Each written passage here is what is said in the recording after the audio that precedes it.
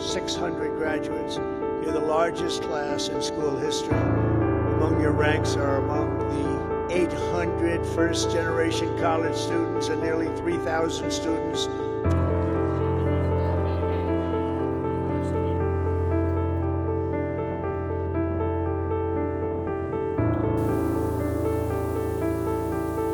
Harvard University has taken the Trump administration to court. The reason?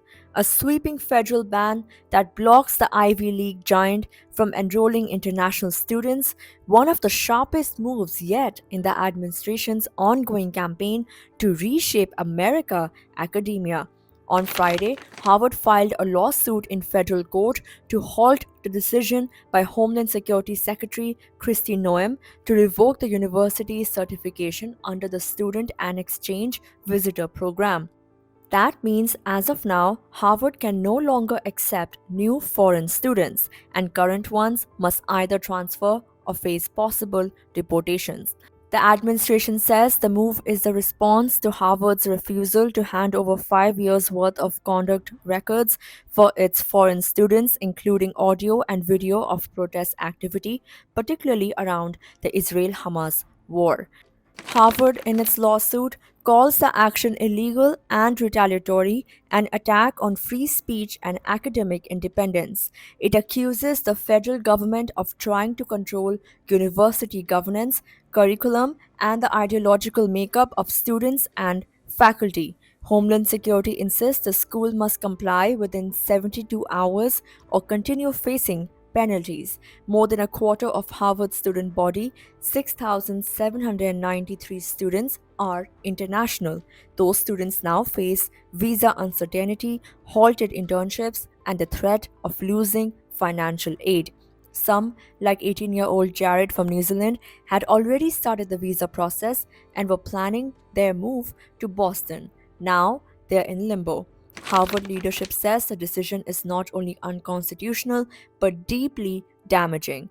Jason Newton, a university spokesperson, said the move threatens Harvard's academic mission and undermines the value that international scholars bring to the US. This legal battle comes amid rising tension between Harvard and the White House. The administration has accused the university of being a hotbed of anti American and anti Semitic sentiment. It has criticized DEI practices, demanded major policy changes, and even frozen $2.2 billion in federal funds. The IRS is also reportedly reviewing whether to revoke Harvard's tax exempt status.